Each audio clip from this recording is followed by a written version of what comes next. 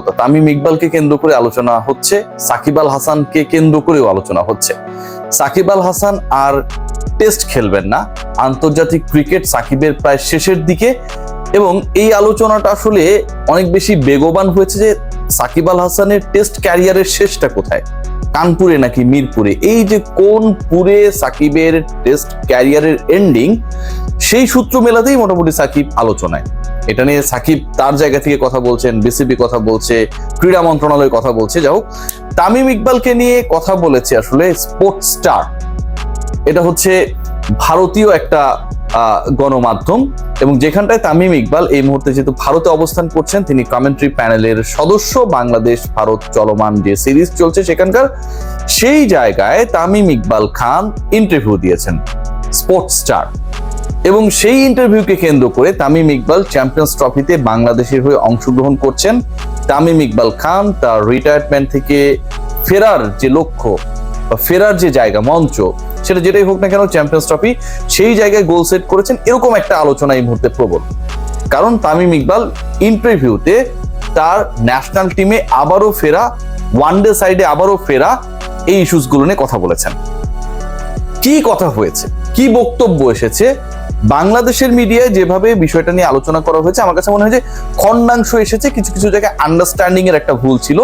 এবং যে যার মতো করে আসলে এটাকে ব্যাখ্যা করেছে, কেউ এটাকে সাধুবাদ জানিয়েছে, কেউ এটার উপর বিরক্ত হয়েছে, কেউ বলছেন যে আসলে এটা কোনো কিছুই হবে না।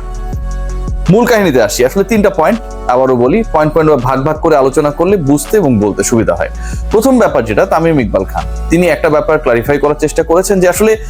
বাংলাদেশ জাতীয় দলে তিনি যদি ফেরেন, ধরেন তিনি চ্যাম্পিয়ন্স ট্রফি খেলবেন, ধরেন তিনি চ্যাম্পিয়ন্স ট্রফির আগে আরো একটা ওয়ানডে সিরিজে খেলবেন,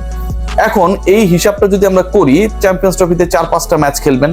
তার আগে যে ওয়ানডে সিরিজটা হবে সেখানটায় 3টা ম্যাচ, মানে সব মিলে 6-7টা ম্যাচ খেলার তার একটা সম্ভাবনা রয়েছে। এখন একজন ক্রিকেটার হিসেবে, সাবেক অধিনায়ক হিসেবে, বাংলাদেশের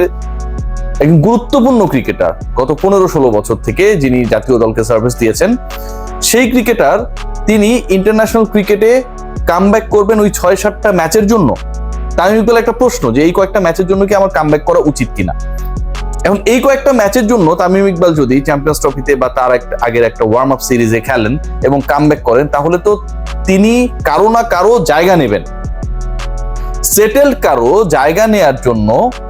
বা সেটেল কাউকে তার জায়গা থেকে সরিয়ে দেওয়ার জন্য চ্যাম্পিয়ন্স ট্রফি খেলতে তামিম ইকবাল খান বা যেই হোক, হোয়েভার দ্য ক্যারেক্টার ইজ, 6-7টা ম্যাচ খেলার জন্য জাতীয় দলে যদি প্রত্যাবর্তন করেন, এটা কি খুব বেশি ভালো দেখায়? খুব গুরুত্বপূর্ণ একটা প্রশ্ন, কিন্তু এই প্রশ্নটা উঠেছে ওই পার্টিকুলার ইন্টারভিউতে, আমি যতটুকু বোঝার চেষ্টা করেছি। And then Tamim Iqbal Khan Champions ট্রফিতে তার খেলার ডিজায়ারের ব্যাপারটা কতটুকু এটা প্র্যাকটিক্যাল টু ডু, সেই আলোচনায় গেছেন। কি আলোচনাটা হয়েছে সেখানটায় দেখেন, তামিম ইকবাল বলেছেন, but then it's a difficult thing if they বলতে বিসিবি কে বোঝানো হয়েছে, tell me that we want to win the Champions Trophy or at least we want to qualify for the semifinals. কি বলেছে যে ইটস এ ডিফারেন্ট থিং, এটা অনেক কঠিন একটা ব্যাপার, কিন্তু তারা যদি আমাকে বলে যে তারা চ্যাম্পিয়ন্স ট্রফি জিততে চায় অথবা তারা অ্যাট লিস্ট সেমিফাইনালে যেতে চায়, and this will be probably be the last tournament that the 3 or 4 senior players would play, regardless of whatever the differences are that the BCB will fix. মানে champions trophy জেতা অথবা at least সেমিফাইনালে যাবার যদি Bangladesh cricket board লক্ষ্য নির্ধারণ করে, এবং সেখানটায় যদি বাংলাদেশ ক্রিকেট বোর্ড একটা এমন অবস্থানে থাকে যে যেই 3-4 জন সিনিয়র ক্রিকেটার, যাদেরকে আমরা বাংলাদেশের ক্রিকেটের স্তম্ভ ভাবি, তাদের মধ্যে যাই থাকুক না কেন তারা এই লক্ষ্য অর্জনের জন্য খেলবে,